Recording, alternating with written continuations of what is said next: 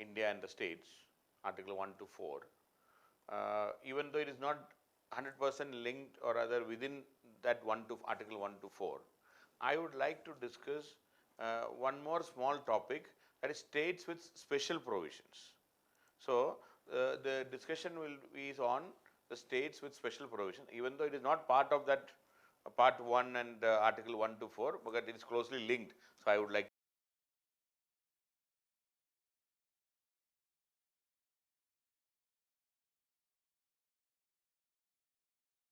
to add it here only, states with special provisions.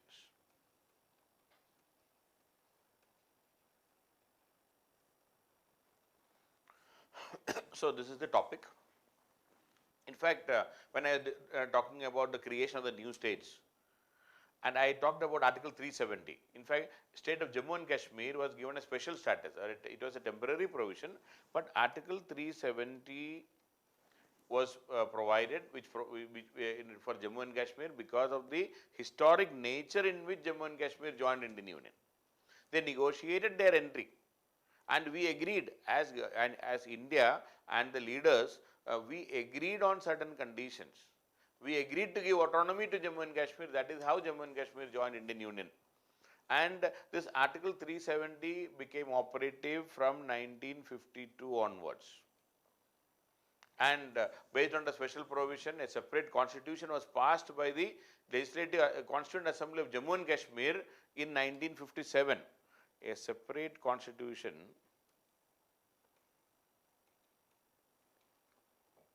was passed by Jammu and Kashmir Constituent Assembly. Jammu and Kashmir Constituent Assembly passed a separate constitution for the Jammu and Kashmir, and that was passed in 1957. That was in 1957. So, Article 370 was a special provision, but now this 370 has been removed or rather abrogated, and now it's questioned legally in the Supreme Court. The Supreme Court may take some time, but as of now the position is Article 370 has been withdrawn or removed, even though it is a unilateral move. According to many constitutional experts, it is an undemocratic move. If at all we had to remove Article 370, we need to consult the state legislative assembly, the Jammu and Kashmir State Legislative Assembly, and their consultation, their process, everything. And when the Assembly of Jammu and Kashmir was already dissolved, during that time, doing this itself, and then ask the governor to give the consent, and governor is appointed by the center. So, a lot of I will say violation of the democratic principles were involved in whatever we have done. So, even if we have to remove 370, I would like to add only one point: we should do it in a democratic way. India is a democratic country. We are not an autocratic country. There are problems. There are militancy, there are terrorism, Pakistan's interference, everything we know. There are issues with the people of Jammu and Kashmir are not happy with what is going around. There are many issues. We cannot ignore all those things. But most important thing is India is a democratic country. Our constitution is democratically made. We have taken great pride in the Constituent Assembly when it comes to the creation of the constitution. We said it was through the democratic process, it was through consultative process. We have unanimous decisions were taken, and we have not forced the majority opinion over the minority view. So many things we said. So whatever we said about the Constituent Assembly, the opposite has happened when it comes to the removal of Article 370. That is why it was a controversial decision, and I always say that whatever you want to do, whatever we want to, if the majority, the rest of the country wants to do something in Jammu and Kashmir, some democratic process should be involved, and we cannot ignore this because we are the largest democracy of the world. We cannot simply say for Jammu and Kashmir no democracy. So anyway, forget about that. I am not getting the details of this. So now this Article 370, which was the original, the best known special provision, it has been removed right now. Now if you look at the other states, now this is not only, the special provision is not just applicable to Jammu and Kashmir alone.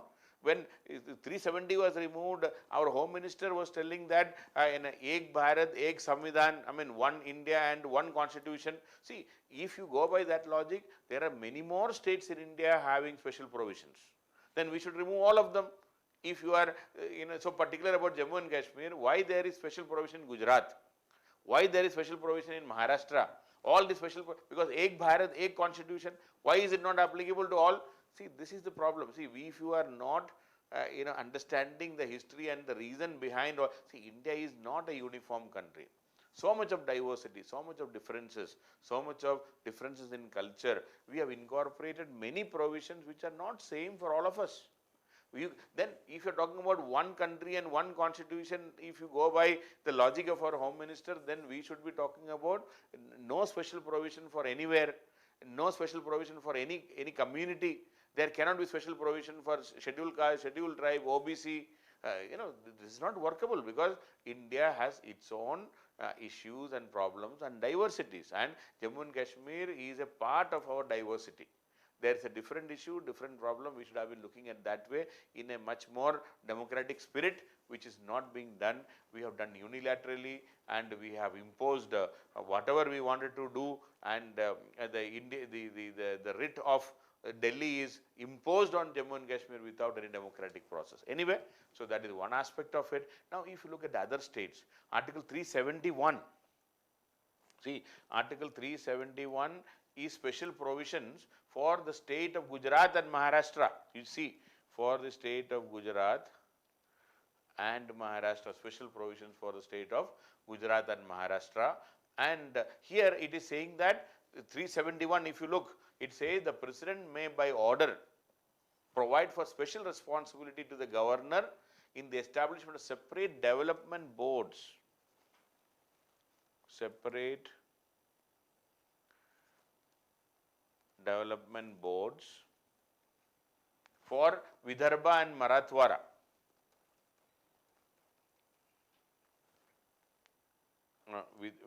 Vidarbha, sorry, let me just correct the spelling, Vidarbha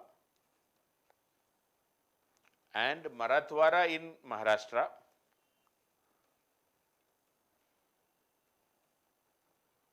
and Saurashtra and Kutch in Gujarat.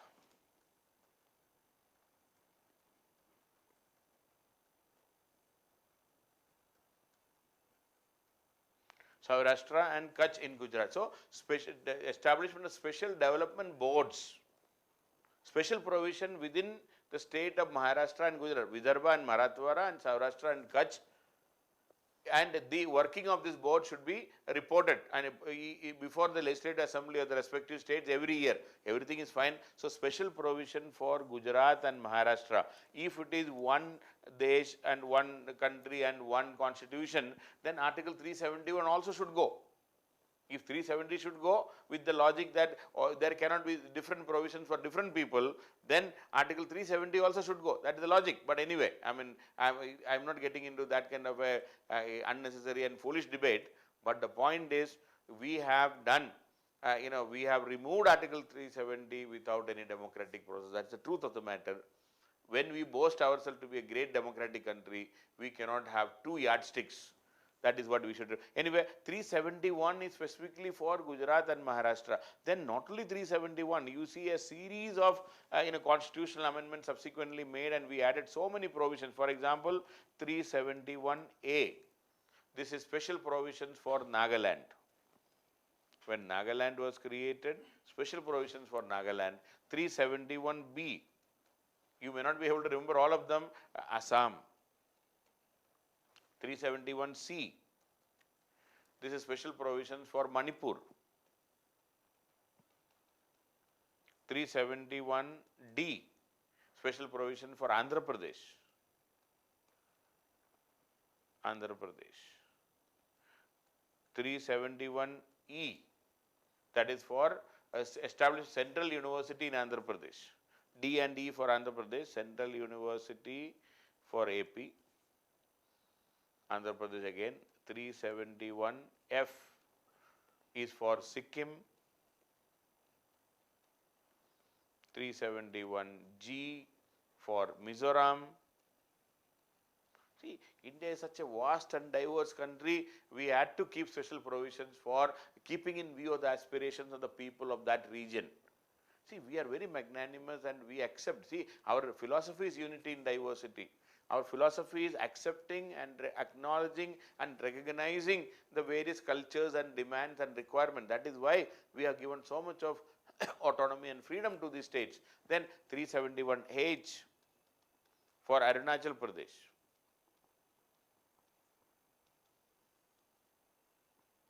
371H for Arunachal Pradesh, then 371I. These are all separate articles for Goa. And finally, the latest one to be added is 371J for Karnataka. 371J for Karnataka. This J was introduced into the Indian Constitution through a constitutional amendment, and that happened in 2012, 98th Amendment Act. I am just talking about the latest one. 371J is 98th Amendment Act. 98th Amendment Act 2012. 98th Amendment Act 2012 and came into being. I mean, after that, the whole provisions came into being 2013. So the president again, now special powers to the governor and responsibility to the governor for establishing a separate development board for Hyderabad Karnataka region. Separate development board for Hyderabad Karnataka region. And certain reservation for some seats in the education institution, vocational training institutions in the Hyderabad Karnataka region for the students belonging to that region, or reservation jobs also in that region. See why? Because there is a even though Karnataka is a state, initially it was created at Mysore, then later on Karnataka. It was ruled historically. If you look, it was ruled by different regions and different principalities, or a princely. One is a princely state, and then under the provinces, the British provinces separately. So the level of development within Karnataka is different. See, if you look at Karnataka, majority of Karnataka is, which is very the progressive, the kingdom of Mysore. Kingdom of Mysore. Then some of the portions of Karnataka, the Kannada speaking region, were merged from the the province of Madras, from Madras province. Then some of the portions were taken from the Bombay province. The northern Karnataka were from the Bombay province, the British province. And also some of the portions in the northeast were from the from the Nizam, Hyderabad. From Hyderabad, the Kannada speaking region were merged with the Karnataka. So these four regions put together is the present day Karnataka, and all the four regions have different levels of representation in the government and different levels of development. So out of the four, this Hyderabad Karnataka region, or from the areas which were merged into Karnataka from the Hyderabad, Nizam's Hyderabad, the development level is comparatively less. It was well recognized, and a separate development board is created now by using Article 371J. So 371J of the Constitution is ensuring special provisions and special help for the development. A development board is created, and the special provisions are given for the Hyderabad Karnataka region. So these are all, this shows our flexibility in the Indian Constitution, our acceptance. See, the majority view is not imposing on the minority view. We are accepting that different regions have different requirements, different levels of development. We want to increase or improve our development activities. We want to appreciate and accept the regional sentiments. So that is how these special provisions are given, and even 370 was like that only, but unfortunately we have unilaterally withdrew Article 370, but all other provisions are still holding good. So many articles, Article 371, then 371A to J. So, so many provisions, so many states have special provisions. So that shows that the constitutional provisions of are not uniformly applicable everywhere. There are special provisions and special facilities are given to people. That is part of our acceptance of difference in culture and the diversity of India and the very spirit of unity in diversity. So these are the special provisions for various regions under the constitution.